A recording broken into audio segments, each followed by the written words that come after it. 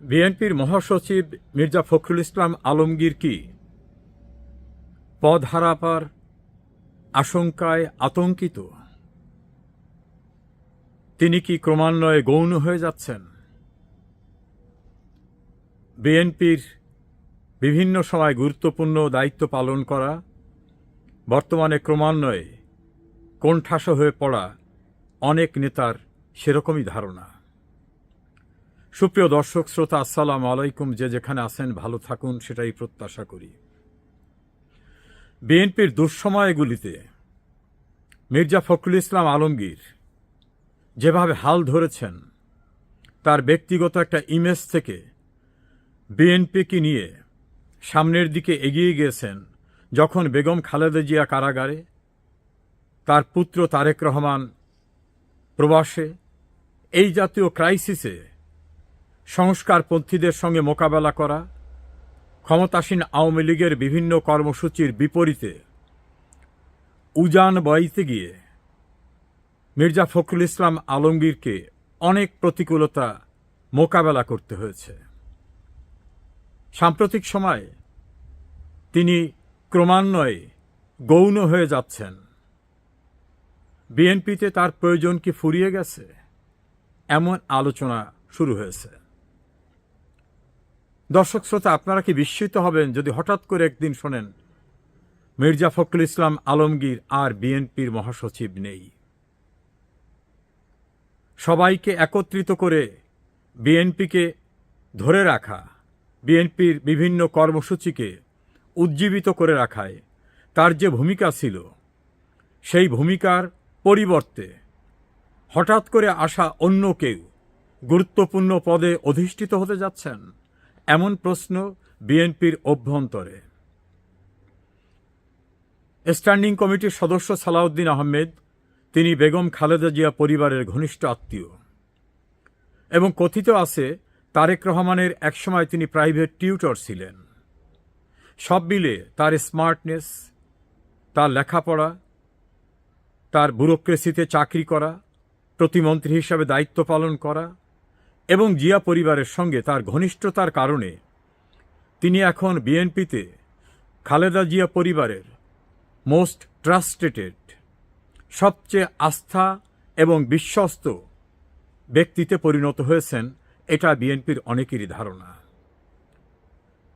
তাদের কারু কারু মতে যে প্রতিকূল পরিবেশ মির্জা ফখরুল ইসলাম আলমগীরকে মোকাবেলা করতে হয়েছে রাজনীতির আন্দোলন সংগ্রামে, ক্ষমতাসীন আওয়ামী লীগের দীর্ঘ শাসনের সময়ে, তখন তার চেয়ে গুরুত্বপূর্ণ ভূমিকা পালন করা অন্য কেউ ছিল না।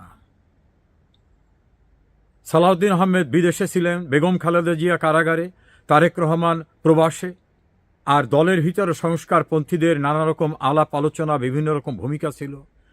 এর মধ্য থেকেও বিএনপিকে ধরে রাখা, বিএনপিকে তার আন্দোলন গতি প্রকৃতিতে স্রোতের সঙ্গে রাখার জন্য নেতৃত্ব দেওয়ার ভিতর থেকে মির্জা ফখরুল ইসলাম আলমগীর একটা স্বতন্ত্র অবস্থান গড়ে তুলেছিলেন।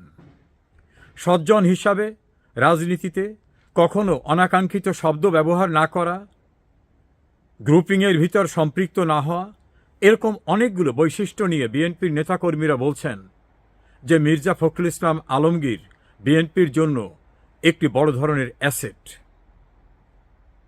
কিন্তু সাম্প্রতিক সময়ে যে কোনো গুরুত্বপূর্ণ বৈঠকে, প্রধান উপদেষ্টার দপ্তরে, সংস্কার কমিশনে বিএনপির বিভিন্ন নৈতিক এবং নীতিমালা সংক্রান্ত কথা বলায় মুখ্য ভূমিকায় দেখা যায় সালাউদ্দিন আহমেদকে, এবং তিনি খুব স্মার্টলি কথা বলেন। তাহলে মির্জা ফখরুল ইসলাম আলমগীরের প্রয়োজন কি ফুরিয়ে গেছে? যে কোনো সময় কি তার চলে যাওয়া এখন শুধুমাত্র আনুষ্ঠানিকতার বাকি? সম্প্রতি তিনি ডক্টর মোহাম্মদ ইউনূসের কথা শুনে জিয়াউর রহমানের কথা মনে করেছেন। এটা নিয়েও দলের অভ্যন্তরে মিশ্র প্রতিক্রিয়া। জিয়াউর রহমানকে তারা মনে করেন অনেক গুণে গুণান্বিত, তার কাছাকাছিও কোথাও নেই ডক্টর মোহাম্মদ ইউনূস। হঠাৎ করে মির্জা ফখরুল ইসলাম আলমগীর জিয়াউর রহমানের সঙ্গে তুলনা করতে গেলেন কেন? একজন সুদ ব্যবসায়ী, অনির্বাচিত এবং দেশের জন্য যার কোনো কন্ট্রিবিউশন নাই, তাকে জিয়াউর রহমান তো মুক্তিযুদ্ধে ছিলেন, সেনাবাহিনীর গুরুত্বপূর্ণ দায়িত্বে ছিলেন, সেনাপ্রধান ছিলেন, রাষ্ট্রপতি ছিলেন। তার বক্তব্য এবং ইউনূসের অতীত সব মিলে সেটা কি সুখকর ছিল? অনেকের ধারণা নানাভাবে এখন আতঙ্কিত মির্জা ফখরুল ইসলাম আলমগীর। ভারতের একটি পত্রিকায় তার সাক্ষাৎকার প্রকাশিত হওয়ার পরে তাকে আরও বিব্রত হতে হয়েছে। তিনি বলেছেন এই সাক্ষাৎকারই দেননি, সংশ্লিষ্ট সাংবাদিক বলছেন তার কাছে অডিও আছে। বিএনপির কেউ কেউ বলছেন তার সঙ্গে দেখাই হয়নি, ওই সাংবাদিক ছবিটি প্রকাশ করেছেন তার সঙ্গে। কেউ কেউ বলছেন যে উনি যে সাক্ষাৎকার দিয়েছেন সেটাকে সেভাবে না, ন্যারেটিভটা অন্যভাবে উপস্থাপন করা হয়েছে, অর্থাৎ বিষয়টাকে লেজে গোবরে জড়িয়ে ফেলা হচ্ছে। তাসনিন জারা, আক্তার এদের সমমানের গেস্ট হয়ে ইউনূসের জাতিসংঘ সফরে দর্শক শ্রোতা হতে মির্জা ফখরুল ইসলাম আলমগীর কি প্রস্তুত ছিলেন, নাকি তাকে হুকুম তামিল করতে হয়েছে যাতে নিউ ইয়র্কে গিয়ে ডক্টর ইউনূস নতুন কোনো কনস্পিরেসি না করতে পারে, বিএনপির বাইরে গিয়ে কারোর সঙ্গে কোনো জোট করতে না পারে, বা অন্য কোনো পলিসি মেক আউট করতে না পারে, সেটাকে ডিলিজিয়েন্টলি ওয়াচ করতে হবে। সে কারণেই তার যাওয়া, এমনটা বিএনপির গুরুত্বপূর্ণ সার্কেল থেকে বলা হচ্ছে। এই পরিবেশে মির্জা ফখরুল ইসলাম আলমগীরের দীর্ঘ কন্ট্রিবিউশন এখন কি বিএনপিতে আর প্রয়োজন নেই? এটা বিএনপির অনেক গুরুত্বপূর্ণ নেতৃবৃন্দের অভিমত।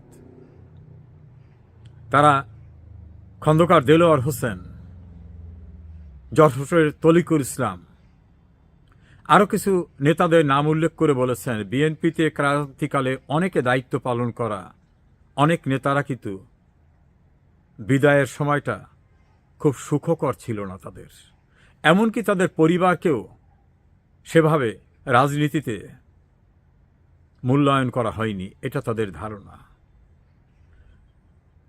বিএনপির একটি গুরুত্বপূর্ণ সেকশনের ধারণা যে কোনো সময় মির্জা ফখরুল ইসলাম আলমগীরকে সরিয়ে দিয়ে তাদের পরিবারের আত্মীয়, বিশ্বস্ত তারেক রহমানের কথিত প্রাইভেট টিউটর সালাউদ্দিন আহমেদকে একজন স্মার্ট এবং ট্রাস্টেড নেতা হিসাবে মহাসচিব করা হবে।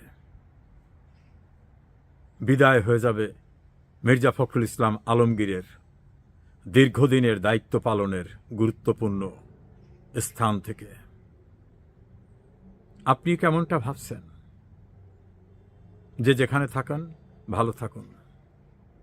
মির্জা ফখরুল ইসলাম আলমগীর দলমতের বাইরে ব্যক্তিগতভাবে অনেকের কাছে একজন সজ্জন হিসাবে পরিশীলিত, পরিমার্জিত কথা বলা, কর্মসূচিতে সম্পৃক্ত থাকা মানুষ হিসাবে পদে না থাকলেও সমাদৃত থাকবেন, এটা অনেকেরই ধারণা।